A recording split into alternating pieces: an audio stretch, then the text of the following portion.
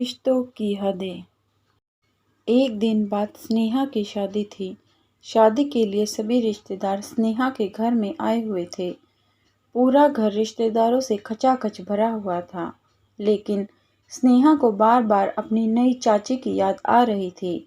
नई नवेली चाची, जिनकी शादी में वो अपने एग्ज़ाम के कारण नहीं जा पाई थी।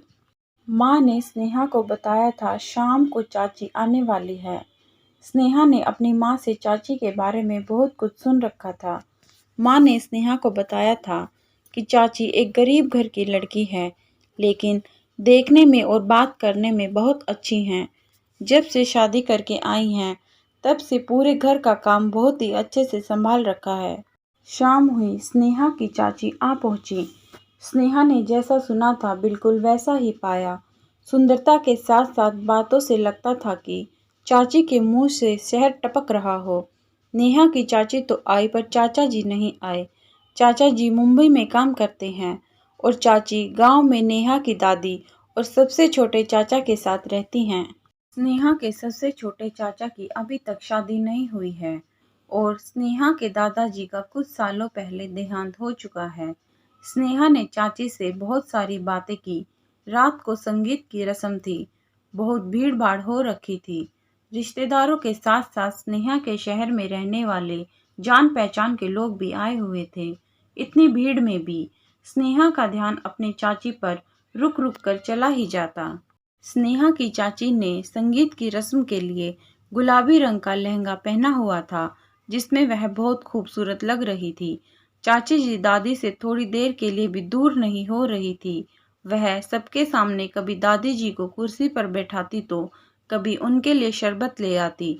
स्नेहा यह देखकर मन ही मन बहुत खुश हो रही थी। उसे लगा, चलो दादी के बुढ़ापे में कोई दिक्कत नहीं होगी।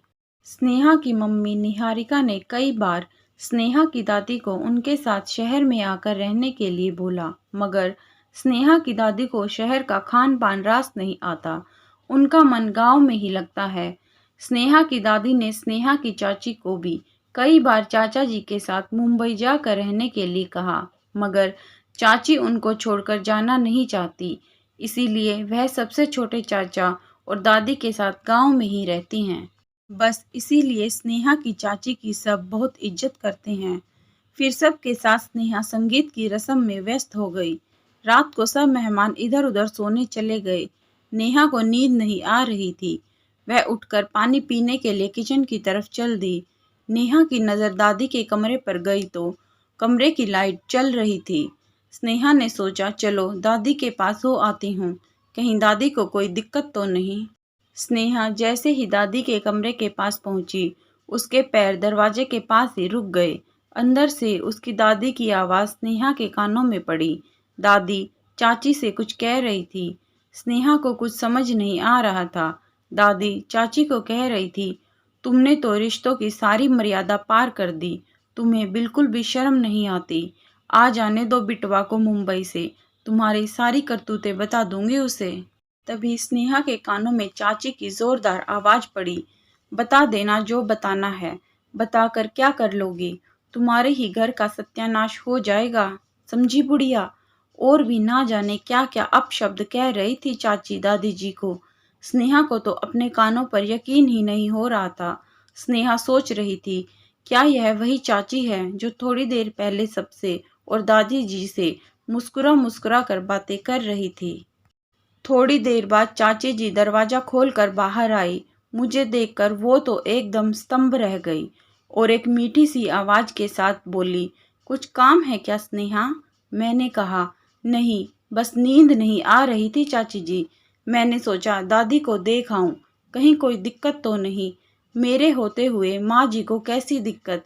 चाची ने बड़े प्यार से कहा। मैंने दादी की तरफ नजर दौड़ाई। उन्होंने भी मुस्कुराकर चाची की हाँ में हाँ मिला दी। लेकिन मैं दादी की आंखों में एक डर देख पा रही थी। मैं वहां से लौट कर आ गई। मन तो किया माँ को सब बताऊं, लेकिन माँ दिन भर की भाग दौड़ से थक कर सो चुकी थी। मैं अपने कमरे में जाकर सोचने लगी, कोई इतनी दोहरी जिंदगी कैसे जी सकता है? पता नहीं क्यों मेरे मन में जो चाची के लिए इज्जत थी, वह एक पल में ही खत्म हो गई। मैंने अगले दिन भी माँ से इस बारे में बात करनी चाही, मगर कोई ना कोई माँ के आसपास बना ही रहता, इसीलिए मैं माँ से बात नहीं कर पाई। मेरी नज़र बार बार चाची पर जा रही थी, जो सबके सामने दादी की बहुत खातिरदारी कर रही थी। शादी वाला दिन था, मैं बहुत व्यस्त थी। मेरे लिए एक अलग कमरे का इंतजाम किया गया था, जिसमें मेहमानों का आना जाना ज़्यादा नहीं हो रहा था। मैं अपने कमरे में बैठकर अपना कुछ सामान पैक कर रही थी। मेरा कमरा दादी के कमरे से सटा हुआ था। मुझे दादी के कमरे से कुछ आवाज़ें सुनाई दी। शायद चाची दादी को कुछ बोल रही थी। मैं गुस्से में अपने कमरे से निकली। जो भी हो, आज मैं साफ-साफ बात करके ही रहूँगी। मैं जैसे ही दादी के कमरे के पास पहुँची, छोटे चाचा जी चाची को डाँट रहे थे। चाची भी उनसे दुगने गुस्से में बोल रही थी, मेरे पति बनने की कोशिश मत करो। दादी उन दोनों को मेहमानों का हवाला देकर शांत करने की कोशिश कर रही थी। मुझे देखते ही सब शांत हो गए। मुझे कुछ समझ नहीं आया क्या बोलूं। मैं वापस अपने कमरे में आ गई।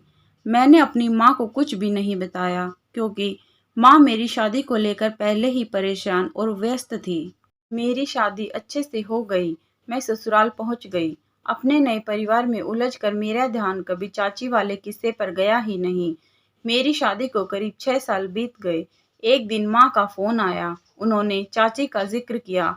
माँ ने बताया कि इस बार जब दादी माँ के पास आई तो उन्होंने बताया कि कैसे चाची उनके साथ गाली-गलौज करती है। मैंने माँ से पूछा, तो चाचा जी उन्हें कुछ बोलते क्यों नहीं? माँ ने जो बात बताई मैं सुनकर दंग रह गई। बड़े चाचा को मुंबई से छुट्टी बहुत कम मिलती थी। वह कभी-कभी ही गांव आ पाते थे। वह जब भी आते चाची उनके सामने दादी से बहुत अच्छे से व्यवहार करती। मैंने माँ से कहा, और छोटे चाचा कुछ नहीं बोलते चाची को? माँ ने कहा, कैसे बोलेगा वह बेशरम?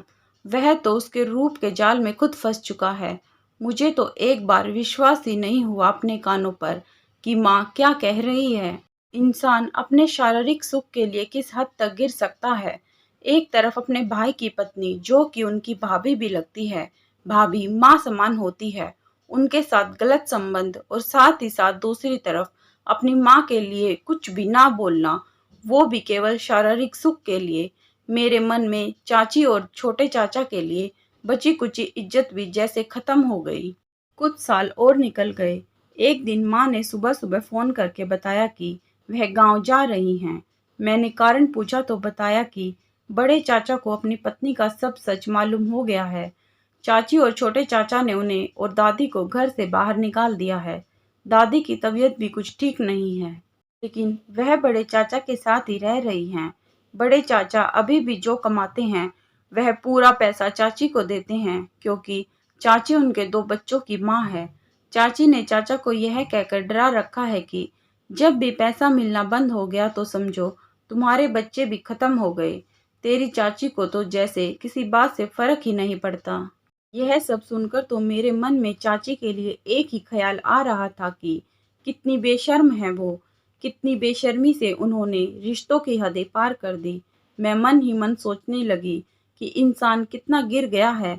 उसे अपने स्वार्थ के सिवा कुछ दिखता ही नहीं, ना ही रिश्तों का मान सम्मान, ना ही किसी का दर्द। दोस्तों, कहानी पसंद आए तो लाइक करें, शेयर करें, चैनल को सब्सक्राइब करें, बेल आइकन दबाना ना भूलें, जिससे हमारी कहानियाँ सबसे पहले आप तक पहुँचे। धन्यवाद।